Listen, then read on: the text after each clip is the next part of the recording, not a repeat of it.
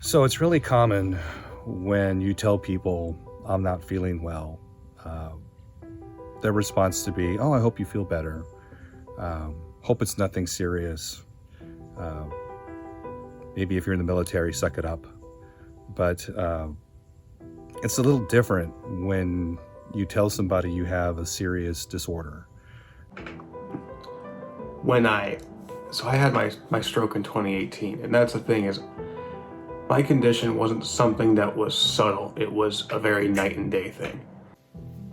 So when I was first diagnosed, well, way before I was diagnosed actually, because it took them years to diagnose everything that I have. It took me at least 10 years to get totally diagnosed. This month's question, I guess I could say it was kind of particularly troubling for me. Just because my mom passed away in March, and her and I did not ever really have a good relationship. So it kind of made me ponder about that a lot. People didn't know how to react, because I didn't know how to react. I didn't know what the heck was going on with me. It's dramatically changed my relationships with my husband, my friends, my kids. My family were first of all shocked because I'd always been really healthy and I'd always been able to bounce back and do a lot of things for other people. I didn't want to tell any of my coworkers. I did tell my boss. I just didn't want to be looked at differently. I don't think it was because I was ashamed. I just think I didn't want to be pitied. Once the shock had settled, it was a lot of, are you not better yet? You can't be feeling like that all the time. Surely they can do something. And a lot of my relationships, including family relationships, broke down. You know, I mean, it seemed like she realized that my illness was serious when I was dying. Like right before my diagnosis and during, but even leading up to that, like she tried to downplay it, like, oh well, you're not really that sick, you're too young to be sick like that, and it's not that big of a deal, and it just seemed like she couldn't accept that I was actually suffering, and maybe it was partly because it was difficult for her, but I really, you know, I wanted to be able to talk to her honestly about how I was doing and how much I was suffering, and every time I tried to, really, she just would tell me to stop dwelling on things. I think it was as best as they could have done. I think that my parents were in a little bit of a state of denial and didn't really know how to help. And I think that that feeling of helplessness and not knowing what to do scares a lot of people. You know I was learning a lot, you know. At the same time, the person I was with was learning, so. It was hard to hide it. I would have these seizures and people would look at me and wonder what was going on. I mean, just to kind of mimic what one would look like, I would basically talk to somebody and then would be like this. You know, and people don't react well when people do things like that. I used to get really frustrated with other people, and I used to take it to heart that no one really understood and no one was able to take it away from me or to help me in any way in those moments. And being a friend to someone with chronic illness, I've learned that there's such a level of patience, understanding, compassion that goes into being a caregiver or being a friend to someone who is dealing with pain and chronic illness every day. And with my kids, the roles have changed a lot. I was very much their caregiver, and there's been so many moments now where they're my caregiver, especially my 17-year-old son. has to babysit me sometimes when we're out in public, and he's always on standby to catch me when I'm about ready to fall over because I'm overstimulated.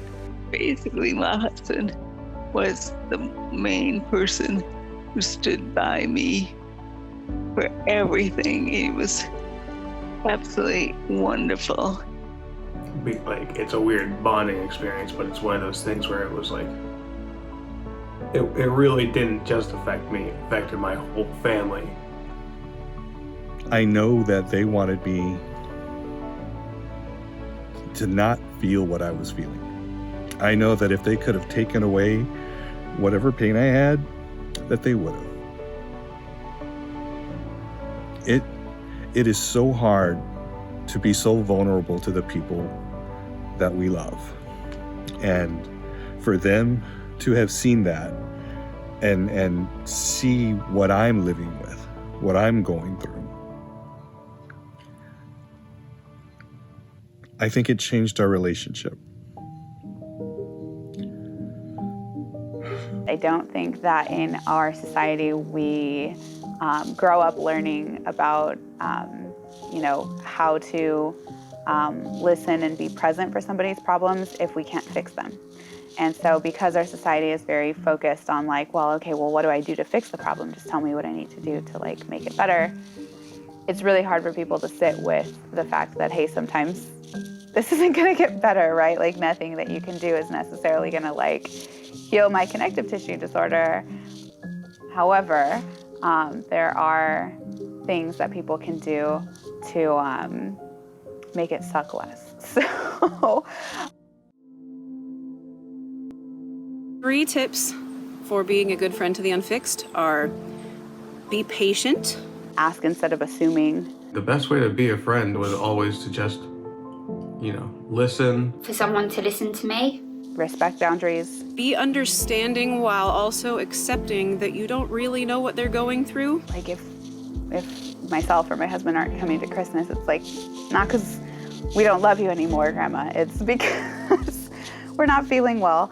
We don't always need to have sympathy. Sometimes I'm not looking for a response. Sometimes I'm not even looking for sympathy or empathy or anything. Sometimes I just need to vocalize what it is I'm going through. Almost need a helper or advocate.